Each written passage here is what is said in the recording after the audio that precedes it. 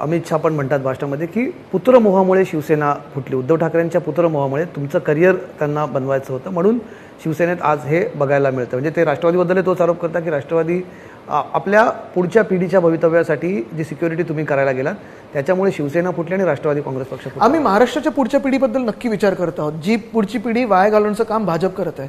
पण जर शिवसेना पुत्रप्रेमामुळे फुटली असेल, जर राष्ट्रवादी काँग्रेस पुत्रीप्रेमामुळे फुटली असेल, तर आपला भारत वर्ल्ड कप हरला तो पुत्रप्रेमामुळे हरला. गुजरातला नेण्याचं कारण नव्हतं वर्ल्ड कप. वानखेडेला होऊ शकली असती, ईडन गार्डनला होऊ शकली असती.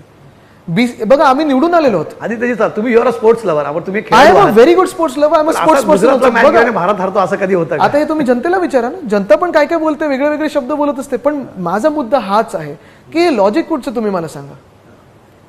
आमच्यासोबत 42 वेगळे वेगळे मंत्री होते. त्याच्यात आरोप करणं मी एक समजू शकतो. म्हणजे बघा काय आहे की पुत्रप्रेम म्हणजे काय, मी ईडीआयटी सीबीआय चालवतो का की या माझं पक्ष फोडा? काय आरोप कोणीही करू शकतं. हे बाहेरचे लोक येतात आम्हाला, कधी गेल्या 5 वर्षात आले नाहीत महाराष्ट्रासाठी, आज येऊन सांगतात पुत्रप्रेम, नकली सेना, असली सेना. हे बाहेरचे लोक आहेत कोण? ह्यांच्यामुळेच तर आज आपण पाहतोय मराठी लोकांना सोसायटीमधून बाहेर काढलं जाते किंवा पेपरमध्ये कंपन्यांची ऍड येते आणि तेव्हा सांगितलं जातं की इथे मराठी अलाउड नाही येत.